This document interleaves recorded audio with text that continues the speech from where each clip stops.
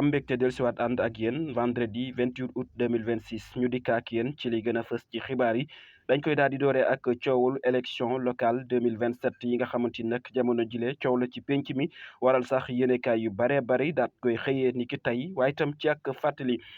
cour suprême daal di nay rejeté yi requête bi nga xamante ni collectif ñoo lànk daal di war dañ koy dugal ngir di sàkku président Bassirou Diomaye Faye fixé par décret la date des élections locales avant le 25 août 2026 ni ki démb di le 27 août la ko cour suprême daal di fësal kene ñoom ñi le nag daal nañu rejeté bi lépp requête ñoom nag la ñu daal di teg ca taabal ja jamono ji la ñoom ñi di cour suprême daal argument ba ñu daal di indi mooy urgence bi nga xamante ni ñoo lànk dañ ko daal di évoqué ci lu ni mel ñoom daal gisuñu leneen lu koy établir waaye itam gisuñu leen luy démontrer bi lépp urgence waral ñoom ñi le daal ñu daal di rejeté lu ni mel bi lépp requête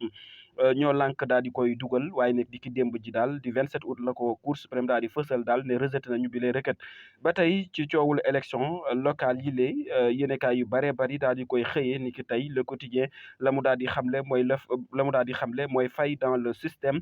le président est seul maître du jeu électoral Walf Quotidien Diomaye souverain Sud Quotidien moom nag daat nay delsi le calendrier en suspens yor moom itam daat na ci yaatal bu baax a baax la mu daal di xamle le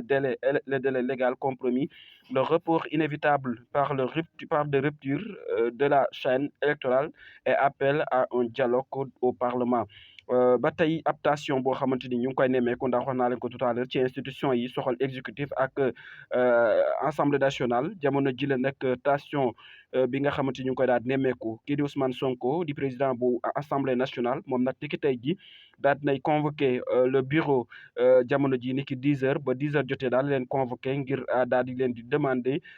ngir demande boo xamante ni Diomaye Faye pour mën a ouvrir li nga xamante ni moo di deuxième session extraordinaire en premier mois ordre du jour information bi nga xam daal nañ koy joxe point actu itam daal di des ba tey ci lu ni mel ndax ñoom itam ñu koy wax ca logique de confrontation bi nga xamante ni rek daal na koy xamle après le rejet de proposition de loi du PASTEF par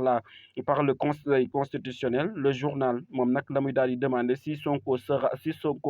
osera faire tomber le gouvernement risque de division dans la majorité moom mi di point actu la mu daal di xëyle mooy ci logique ab confrontation daal jàpp na ne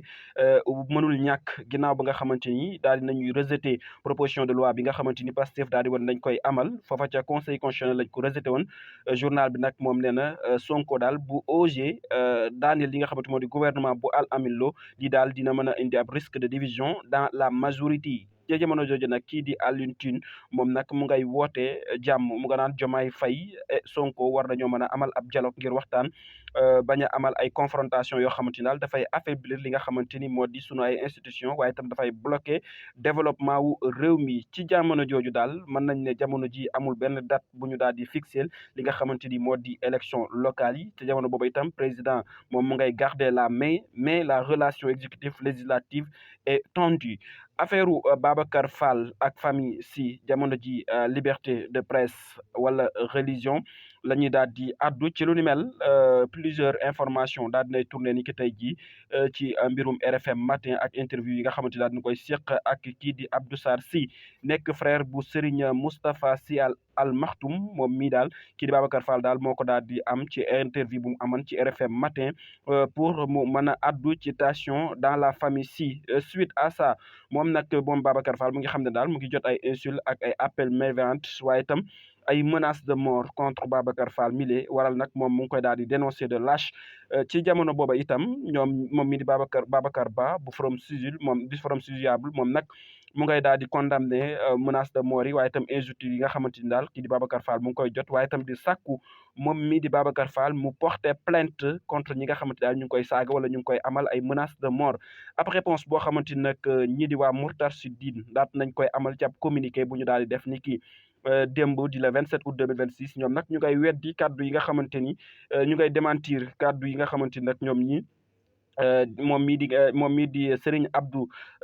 Sarr Sy daat na koy wax ci RFM matin nee nañ Serigne Moustapha Sy daal amul benn yoon bu mu amee reçu li nga xamante ni moo di ay fonds politique waaye itam di invité ki nga xam moo di Sonko au Mawlid est une décision souveraine moom jàpp na ne kii di Ousmane Sonko daal am na kii di Serigne Moustapha Sy jotul benn fonds politique par rapport ak Abdou Sarr Sy mi nga xamante ni nee na kii di Serigne Moustapha Sy dafa jot ay fonds politique biiram fees rek muy ubbeeku di wax ca jamono booba ñoom ñi di waa Moustarchidine daat nañu koy weddi ba mu set wecc ñoom daal la ñu daal di xamle mooy Serigne Moustapha Sy jotul benn fonds politique waaye itam am na sañ-sañu bañ a invité kii di Ousmane Sonko ci Mawlid bi loolu décision souverain la ba tey ab li ñuy reproché kii di RFM nag ñoom ñii di waa Moustarchidine liñ koy reproché ñoom daayira bi daal ñu koy sàkku ab droit de réplique ñu am ci sañ-sañ nag ñoom jàpp nañ ne kii di Abdou Sarr Sy daal li mu wax ñoom ñi war nañoo am sañ-sañu nag daal di tontu waral ñu sàkku ko ci kii di Babacar Fall waaye la ñu daal di xam ne daal mooy Babacar Fall mi di daal def leen a daal di bañal lu ni mel par convenance personnelle ñoom nag ñu réclamer le principe du contradictoire ñoom loolu la ñuy daal di réclamer jamono ji